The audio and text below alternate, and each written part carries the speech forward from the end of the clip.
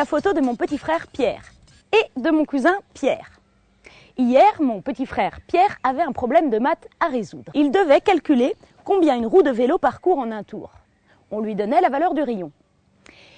Et aujourd'hui, je vais vous expliquer pourquoi le prénom Pierre m'aide à retenir la formule de la circonférence du cercle. Pour tracer un cercle, on utilise un compas et la pointe du compas est placée forcément au centre du cercle. Voilà mon cercle et voilà mon centre. La droite qui va du centre du cercle au bord du cercle s'appelle le rayon. Oui, comme la roue de la bicyclette. Et puisqu'on a le rayon, voilà le diamètre. Le diamètre étant le double du rayon. Mais ça, vous le saviez déjà, j'en suis sûre. Le tour du cercle s'appelle la circonférence. Je suppose que je n'étonne personne. Si j'entoure mon cercle avec une ficelle et que je compare la longueur de ma ficelle au diamètre du cercle, je m'aperçois que ma ficelle fait un peu plus de 3 fois le diamètre. 3,14 si je veux être précise. Et si je veux être encore plus précise, c'est 3,14 159. Ce nombre porte un nom que vous connaissez tous, le nombre pi. Si je multiplie le diamètre de mon cercle par 3,14, j'obtiens la circonférence du cercle. La circonférence du cercle est donc égale au diamètre du cercle multiplié par 3,14,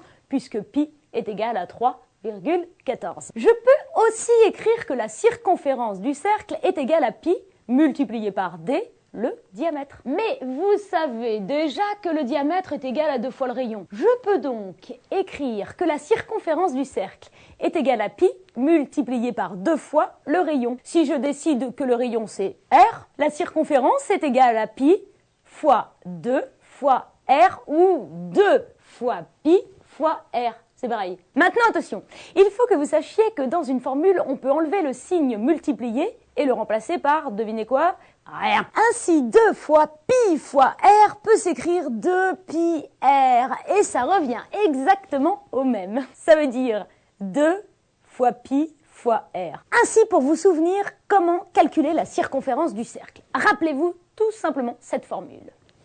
La circonférence du cercle égale 2 pi r. Et pour vous souvenir de la formule, retenez bien, la circonférence du cercle égale 2 pierres.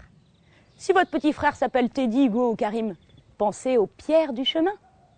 Rappelez-vous, la circonférence du cercle égale 2 pierres. Limpide, non ?